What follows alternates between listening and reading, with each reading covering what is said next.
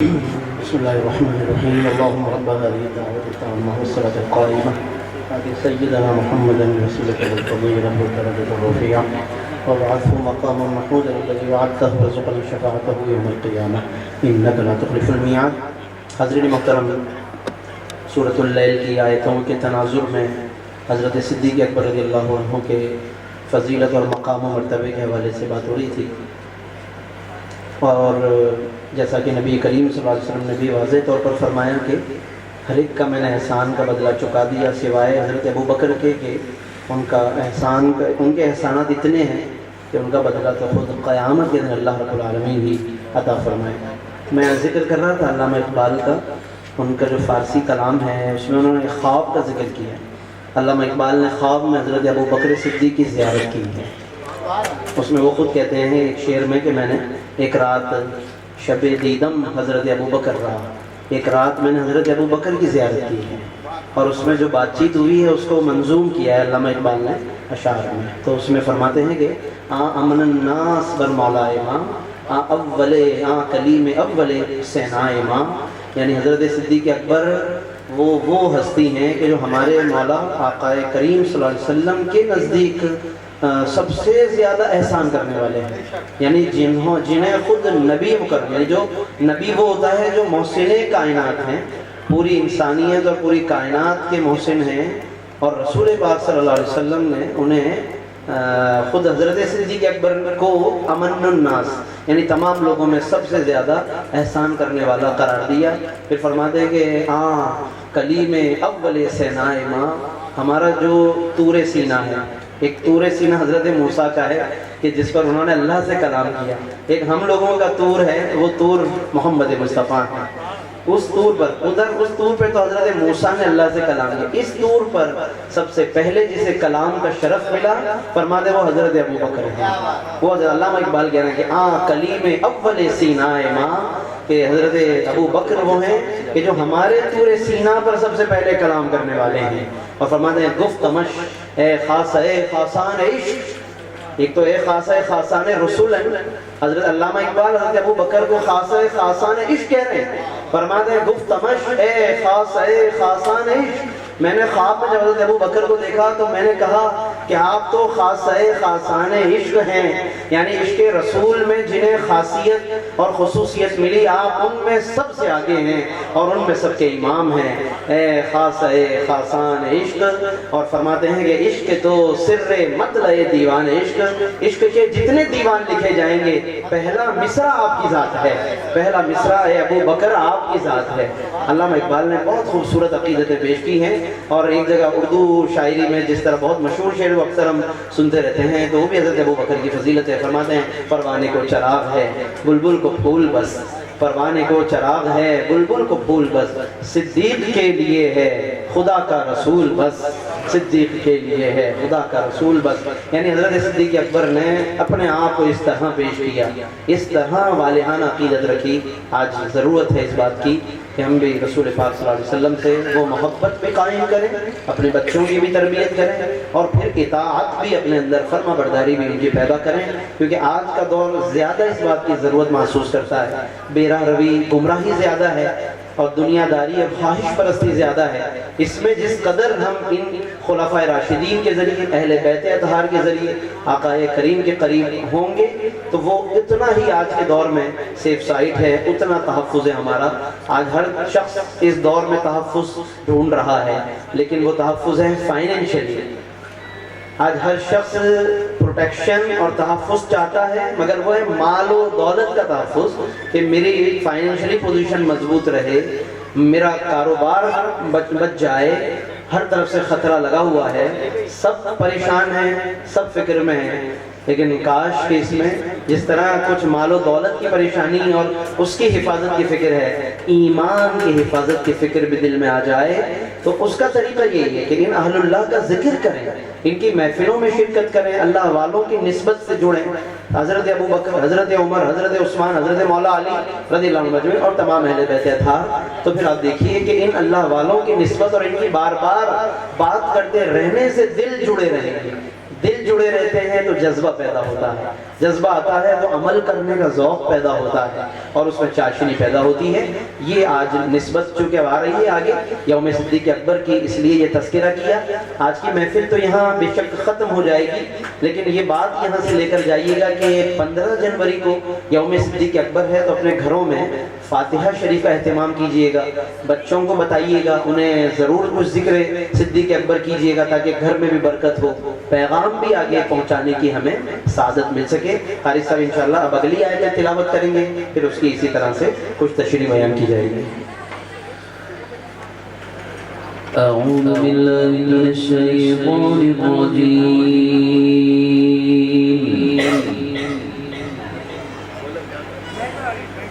بسم اللہ الرحمن الرحیم، واذکر بالکتاب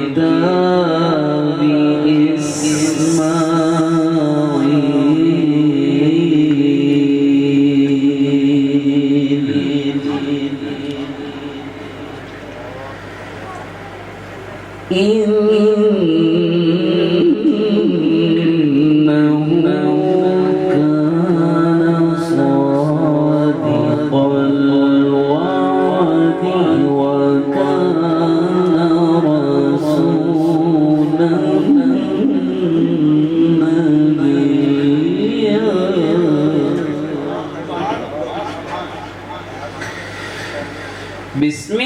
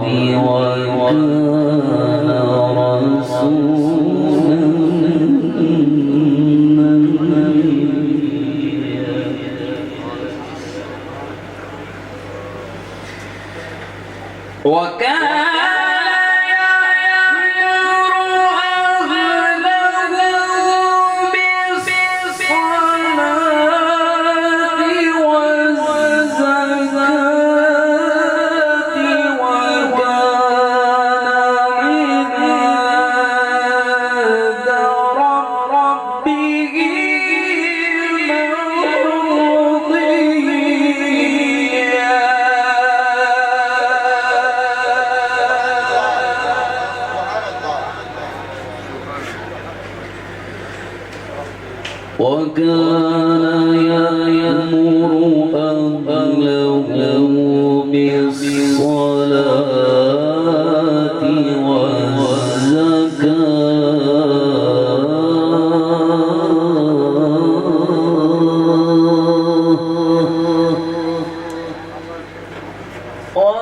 وكان عند ربه مرضيا صدق الله العظيم۔ ماشاءاللہ سورہ مریم کی آیت نمبر 54 اور 55 54 55 آیات کی تلاوت فرما رہے تھے قاری صاحب، اور ماشاءاللہ حسب ثابت بہت خوبصورت تلاوت فرمائی آپ نے۔ ایک ایسی تلاوت قاری صاحب فرماتے ہیں کہ جسے سن کر دلوں کو قرار بھی ملتا ہے اور قرآن مجید سے محبت پیدا ہوتی ہے۔ میں نے خاص بات یہ قاری صاحب کی تلاوت میں محسوس کی کہ دل کھینچتے ہیں، دل مائل ہوتے ہیں، اور دلوں کو جھنجھوڑتی ہے ان کی تلاوت، اور پھر خود دل مائل ہوتا ہے کہ ہم بھی پڑھیں، ہم بھی تلاوت کریں۔ اور یقیناً آج کی بہت بڑی ضرورت ہے کہ ہم قرآن مجید کو پڑھیں، اس کی تلاوت کی عادت ڈالیں، آج کے دور میں اس کی عادت کم ہوتی جا رہی ہے۔ موبائل نے جب سے جگہ لی ہے تو اس نے کئی چیزوں کی جگہ لی ہے، کئی چیزوں کو پیچھے چھوڑ دیا اس نے، اور اس میں قرآن مجید کا معاملہ بھی نظر آتا ہے کہ موبائل کے ساتھ اٹیچمنٹ بہت بڑھ گئی ہے۔ تو بہرحال یہی وہ تمام باتیں ہیں کہ پھر جنہیں ہمارے بچے بھی سیکھتے ہیں اور ان کے اندر بھی وہی عادتیں پیدا ہوتی ہیں۔ جو آیتیں پڑھی گئی ہیں ان میں بھی مجھے اسی طرف توجہ دلائی گئی ہے کہ اچھی عادتیں اپنانا بہت ضروری ہے، اچھی عادتیں قائم کرنا ضروری ہے، انہیں بچوں میں منتقل کرنا ضروری ہے۔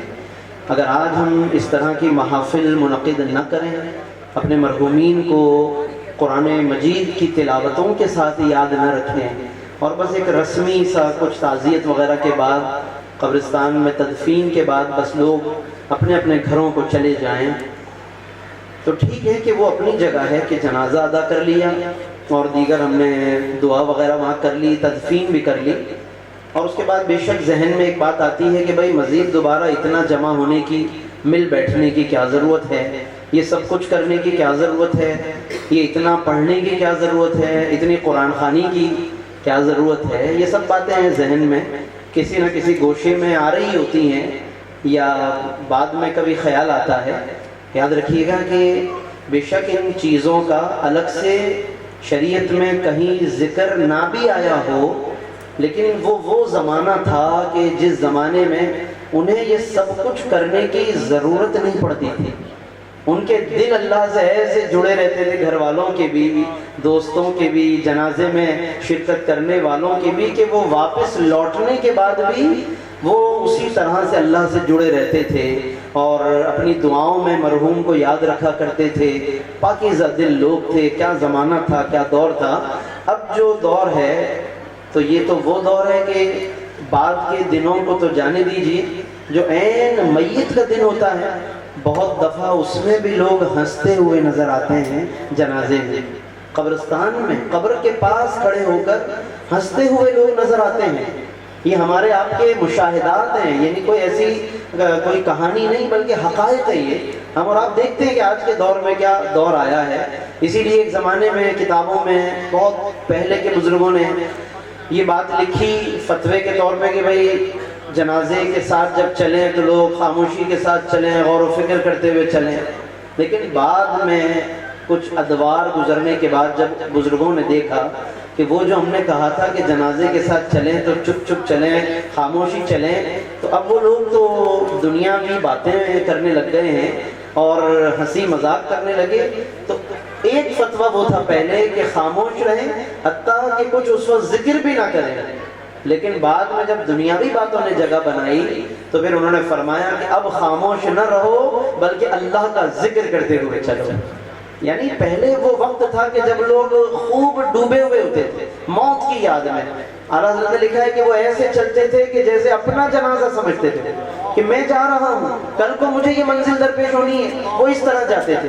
تو انہیں فرمایا کہ تم ابھی ذکر بھی نہ کرو، غم میں ڈوبے رہو اور آخرت کو یاد کرو، وہ کیفیت طاری کرنے کے لیے۔ لیکن جب ہنسی مذاق نے جگہ بنائی تو اب وہ فتویٰ نہیں، اب یہ بات کہی جائے گی کہ اس سے بہتر ہے کہ ذکر کرتے ہوئے چلو۔ تو اسی طرح آج کے دور میں اگر ہم اب بھی یہ کہیں کہ بھائی یہ سب کیوں کرتے ہیں، یہ سب کہاں لکھا ہے، تو لکھا ہو یا نہ لکھا ہو اب حالات اس ڈگر پر ہیں کہ یہ واحد ایک ہی چیز ہے جو ہمیں بچا سکتی ہے، ہمارے بچوں کی کسی حد تک اخلاقیات کی، اعمال کی حفاظت کر سکتی ہے، اور وہ اللہ کا ذکر ہے، رسول پاک کا ذکر ہے، اللہ والوں کا ذکر ہے۔ جو آیات قاری صاحب نے تلاوت کی ذرا اس میں پہلے دیکھ لیں کہ کیا فرمایا جا رہا ہے۔ 54 آیت نمبر 54 آیت نمبر 55 کہ اللہ رب العالمین نے ارشاد فرمایا سورہ مریم، فرمایا کہ وَذْكُرْ فِي الْكِتَابِ اسماعیل، کہ اے نبی مکرم آپ اس کتاب میں حضرت اسماعیل کا ذکر فرمائیے، لوگوں کے سامنے حضرت اسماعیل کا ذکر کیجئے۔ اِنَّهُ كَانَ صَادِقَ الْوَعْدِ، کہ بے شک وہ اپنے وعدے کے سچے تھے، اپنے وعدے کے پختہ تھے۔ وَكَانَ رَسُولًا نَبِيًّا، اور وہ اللہ کے رسول اور نبی تھے۔ یہ تو ایک بات فرما دی. اور ان کے وعدے کے پکے ہونے کے بارے میں سبھی جانتے ہیں کہ قربانی کے موقع پہ حضرت اسماعیل نے کس طرح اپنے والد حضرت ابراہیم سے کہا تھا کہ اے میرے والد، آپ کو جو کہا گیا ہے آپ وہ کر گزریں، آپ مجھے صبر کرنے والوں میں پائیں گے. یعنی چھری چلانے کی بات کر رہے والد کہ بیٹے میرے خواب میں دیکھا کہ میں چھری چلا رہا ہوں تمہاری گردن پر، اور حضرت اسماعیل کہہ رہے ہیں کہ ہاں تو جو کہا ہے وہ کریں، آپ مجھے صبر کرنے والا پائیں گے. اللہ اکبر، کیا صبر ہے، کیا صداقت ہے ان میں. کان صادق الوعد، اگلی آیت ہے جو 55 ہے، اللہ فرماتا ہے وَكَانَ يَأْمُرُ أَهْلَهُ، وہ اپنے اہل و عیال کو حکم دیتے تھے. کیا کہتے تھے؟ بالصلاۃ، نماز کا حکم دیتے تھے، والزکات، زکات کا حکم دیتے. زکات کے دو مطلب ہیں، ایک تو زکات اللہ کی راہ میں کچھ خرچ کرنا، اور ایک زکات کا معنی دل کی پاکیزگی بھی. تزکیہ نفس کا لفظ صوفیاء کرام اور بزرگوں کے یہاں بہت بولا جاتا ہے. تزکیہ سے زکات اور زکات سے تزکیہ بنا. تو بعض علماء کہتے ہیں کہ بالصلاۃ یعنی نماز کا حکم دیتے تھے، والزکات اور دل کے تقوی اور پاکیزگی کا حکم دیا کرتے تھے. وَكَانَ عِندَ رَبِّهِ مَرْضِيًّا، اور وہ اپنے رب کی بارگاہ میں بہت پسندیدہ تھے. ایک حدیث شریف میں اس کی تائید میں بیان کر رہا ہوں کہ ایک صحابی رضی اللہ تعالیٰ عنہ نے نبی کریم صلی اللہ علیہ وسلم سے پوچھا، اور وہ ہم سب کے لیے جو آج یہاں پر خاص طور پر تعزیت کے طور پر اور اس محفل میں موجود ہیں مشتاق احمد مرحوم کے ایصال ثواب کے لیے، تو بچوں کے لیے خاص طور پر بڑی تسلی کی بات ہے. جو اہل خانہ ہے بہت قریبی، ان سب کے لیے اور ہم سب کے لیے حدیث ہے، سنن ابو داؤد کی حدیث ہے. حضرت ابو اسید الساعدی رضی اللہ عنہ ایک صحابی ہیں، وہ کہتے ہیں کہ ہم رسول اللہ صلی اللہ علیہ وسلم کی بارگاہ میں بیٹھے تھے. ایک شخص آیا، قبیلہ بنو سلمہ کا ایک شخص تھا، اور آ کر اس نے سوال کیا، اور کیا زبردست سوال کیا اس نے. یا رسول اللہ، هل بقي من بر ابوي شيء ابرهما به بعد موتهما، کیا اب کوئی نیکی ایسی ہے کہ جو میں اپنے والدین کے انتقال کے بعد ان کے ساتھ کر سکوں. نیکی والدین کے ساتھ کرنی ہے اور وہ دونوں دنیا سے جا چکے، دونوں والدین دنیا سے چلے گئے، تو مجھے کوئی ایسی نیکی بتائیں کہ جو اب میں ان کے ساتھ کر سکوں.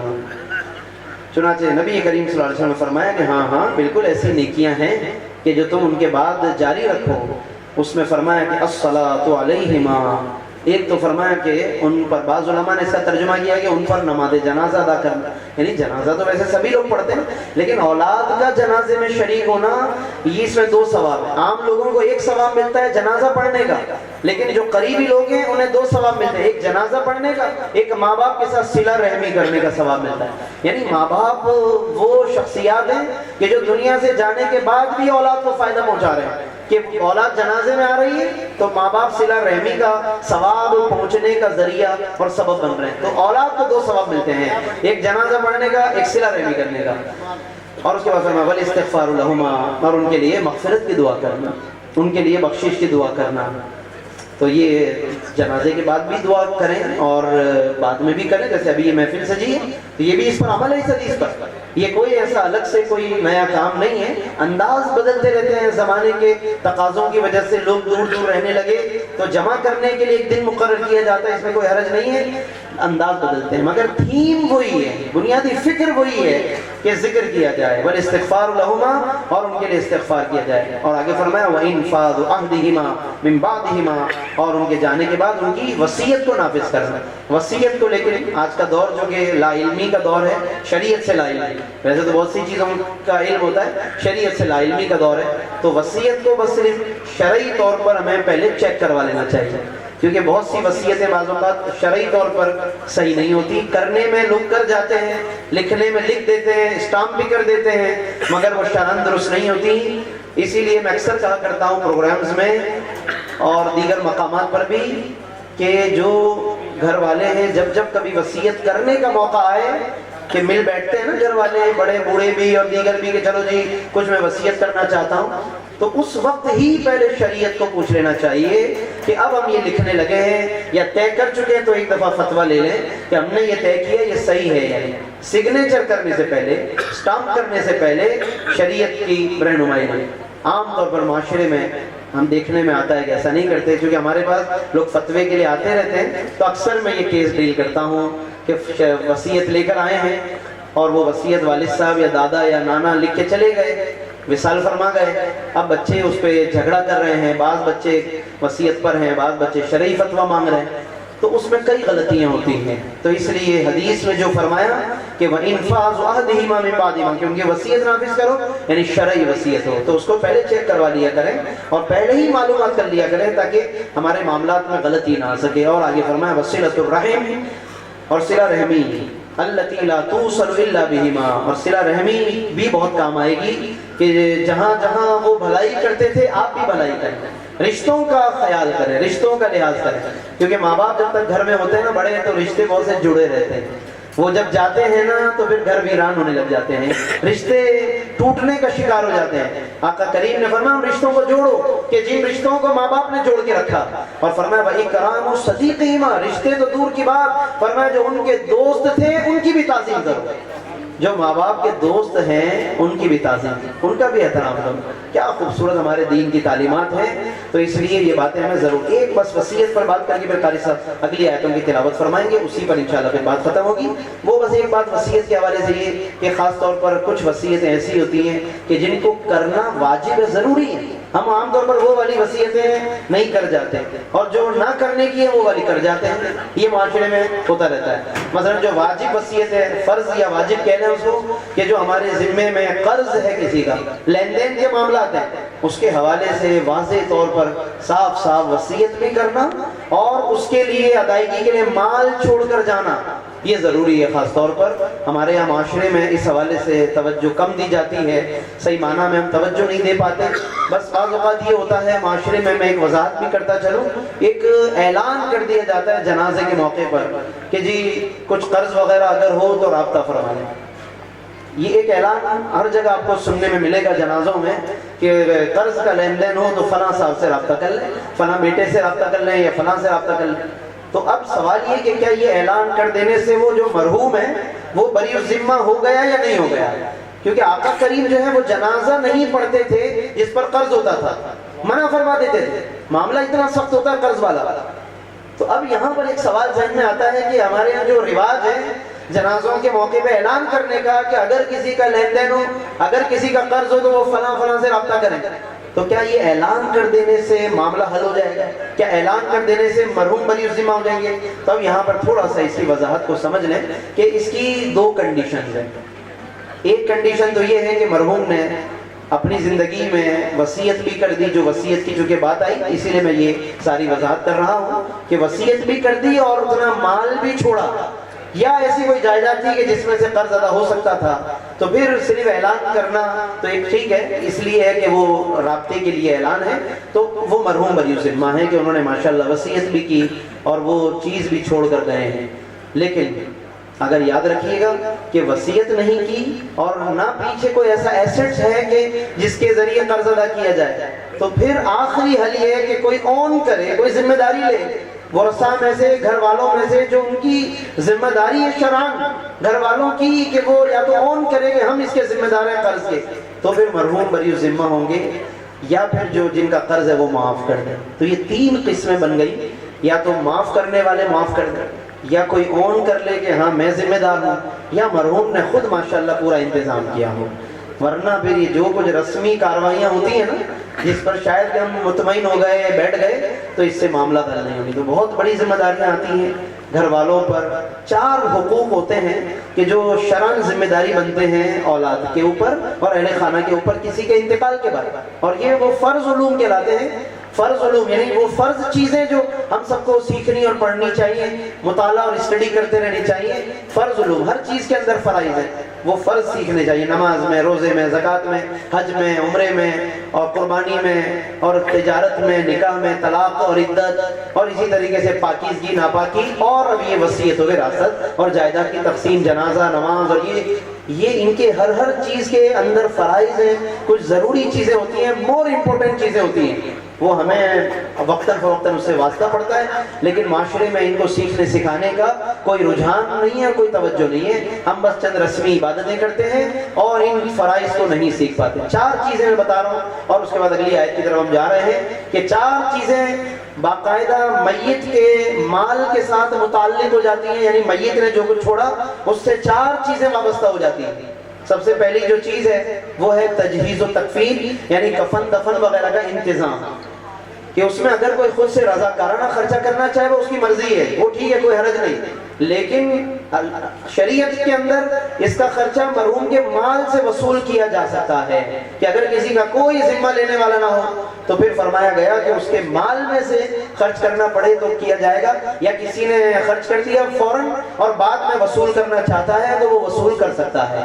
جو ضروری خرچہ ہے میں اس کی بات کر رہا ہوں، باقی محفل وغیرہ کرائی جاتی ہے وہ تو لوگ اپنی رضاکارانہ کریں، وہ الگ ہے، وہ میت کے مال سے نہیں ہے، الا کہ سارے ورثہ راضی ہوں تو ایک الگ بات ہے۔ ضروری جو خرچے ہوتے ہیں کفن دفن کے، شریعت میں یہ ہے کہ وہ میت کے مال سے وصول کرنا چاہیں تو کر سکتے ہیں، ورنہ جس نے نیکی کے طور پر کیا تو اس کے لیے اس کا اجر و ثواب ہے۔ یہ پہلا حق ہو گیا جو میت کے مال سے جڑا ہوا ہے، اور اس کے بعد جو دوسرا حق ہے وہ قرض ہے، یعنی جو قرض خواہ ہیں جن کا یعنی قرضہ تھا مرحوم پر، تو وہ قرض کا حساب کرنا ضروری ہے کہ کیا کیا قرض تھا اور کیا کیا معاملات ہیں، تو وہ قرض ادا کیا جائے گا پورے مال میں سے، چاہے وہ جتنا بھی بنے، حتیٰ کہ پورا مال اگر اس میں چلا جائے تو وہ قرض میں جائے گا، الا کہ کوئی معاف کر دے چھوڑ دے تو وہ ایک الگ بات ہے۔ قرض کی اتنی اہمیت ہے۔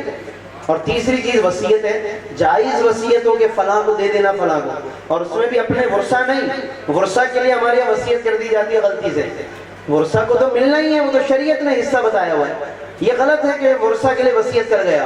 ہمارے یہاں یہ ہوتا ہے بیٹھتے ہیں اور کہتے ہیں جی بیٹے کو اتنا دے دینا، بیٹی کو، وہ تو آپ کے کہنے کے بغیر بھی مل جائے گا نا، وہ تو قرآن نے بتایا ہوا کتنا دینا ہے کتنا نہیں دینا۔ وصیت ہمیشہ غیر وارث کے لیے ہوتی ہے، کچھ ایسے دور کے رشتہ دار ہوتے ہیں جو کسی وجہ سے غربت میں ہیں، یا کوئی اور ان کا ولی وارث اب رہا نہیں، بیچ میں سے انتقال ہوا، اب وہ ڈائریکٹ جڑا ہوا نہیں ہے مرحوم سے، تو وہ سلپ ہو جائے گا، یعنی اس کو نہیں ملے گا۔ اب اس کے لیے ذمہ داری ہے مرحوم کی کہ زندگی میں سوچیں اور اس کے لیے وصیت کر کے جائیں۔ جیسے کسی کے بیٹے کا انتقال ہو گیا زندگی میں، اب بیٹے نے پیچھے بیٹا چھوڑا یعنی پوتا ان کا، اور وہ پتا ہے کہ میرے اور بیٹے بھی ہیں، پوتے کو ملے گا نہیں میرے بعد، مگر اس کو گودوں میں کھلائیں گے بھی، کندھے پہ کھلائیں گے بھی، مگر وصیت نہیں کریں گے۔ چنانچہ وہ پوتے کو کل کو جب نہیں مل پاتا تو کہتے ہیں جی شریعت میں ہمارے لیے ہے ہی کچھ نہیں، یعنی ادھر سے شریعت کی لا علمی کی وجہ سے صحیح وصیت نہیں کی، اور سارا پھر آتا ہے شیطان کا وسوسہ کہ شریعت نے یہ کر دیا، معاذ اللہ۔ یہ وسوسے ہیں، یہ کفریہ باتیں ہوتی ہیں، اس لیے اس پر بھی بڑے سنبھل کے چلنا چاہیے اور ہمیں سنبھل کے بات کرنی چاہیے۔ بہرحال زندگی میں احساس کر لیں، جائز وصیت ہے وہ 1/3 میں نافذ ہوگی، 1/3 میں، قرض کل مال میں نافذ ہوگا چاہے جتنا بھی ہو، وصیت 1/3 میں، چاہے انہوں نے زیادہ بھی کی ہوئی ہو تو جب تک سارے بالغ ورثہ راضی نہ ہو وصیت زیادہ نافذ نہیں کی جائے گی۔ مثلا کسی مرحوم نے کہہ دیا کہ میرے مال میں سے جناب 2 لاکھ روپے مسجد میں دے دینا، انہوں نے وصیت کر دی میرے مال میں سے 2 لاکھ روپے مسجد میں دے دینا، اب پتہ چلا انہوں نے کل چھوڑے ہی 3 لاکھ ہیں، تو یہ 3 لاکھ میں سے 2 لاکھ جو ہے پورے کے پورے نہیں دیے جائیں گے، صرف 1 لاکھ جو 1/3 ہے وہ 1 لاکھ ہے وہ دیا جائے گا، ہاں دوسرا جو لاکھ ہے اس میں ورثہ راضی ہوں تو دیا جائے گا ورنہ نہیں دیا جائے گا۔ وصیت کے اپنے قوانین ہیں جو شریعت نے مقرر کیے احادیث میں اور قرآن مجید میں، تو 3 حقوق یہ ہو گئے، پہلا تجہیز و تکفین، پھر قرضہ، پھر وصیت، وہ بھی 1/3 تک۔ چوتھا جائیداد کی تقسیم ہے جس پر ہمارے یہاں پہلے لوگ لپکتے ہیں، یعنی پہلے جائیداد پوچھتے ہیں کہ حصے کتنے بنیں گے، اور پیچھے کے 3 حقوق کا ہم پتہ ہی نہیں کرتے کہ وہ ترتیب سے کیا ہے۔ تو یاد رکھیے گا جائیداد کی تقسیم جو ورثہ میں ہوتی ہے اس کا نمبر آخری ہے، وہ چوتھے نمبر پر حق آتا ہے، پہلے 3 حقوق آتے ہیں۔ تو یہ شریعت کا وہ علم ہے جس کا سیکھنا ہم سب کے لیے ضروری ہے، تو اس لیے میں نے بس جلدی کم ٹائم کی وجہ سے چند ضروری باتیں کی، ورنہ میں اکثر ہمارے سہیل بھائی سے بات چیت اس موضوع پہ رہتی ہے، تو کوشش بھی ارادہ بھی ہمارا کہ اس طرح کی نشستیں منعقد کی جائیں کہ جس میں شریعت کے ضروری مسائل سکھائے جائیں، کوئی آنسر بھی ہوں، آپ لوگ سوال کریں جواب دیے جائیں، انشاءاللہ ارادہ ہے ہمارا آج کی یہ نشست بھی ہم کوشش کر رہے ہیں کہ ضروری باتیں آپ حضرات تک پہنچ جائیں تاکہ ہم زندگی میں خود بھی اور ہماری اپنی اولادیں بھی وہ شریعت کا ضروری علم لے کر اللہ کی بارگاہ میں حاضر ہوں، ورنہ آقا کریم کی بارگاہ میں ہم جائیں گے اور ان کا دین ہی نہ سیکھا ہو تو سوچئے کہ ہم خدا نخواستہ شرمندگی کا سامنا کرنا پڑ سکتا ہے۔ جی قاری صاحب بسم اللہ۔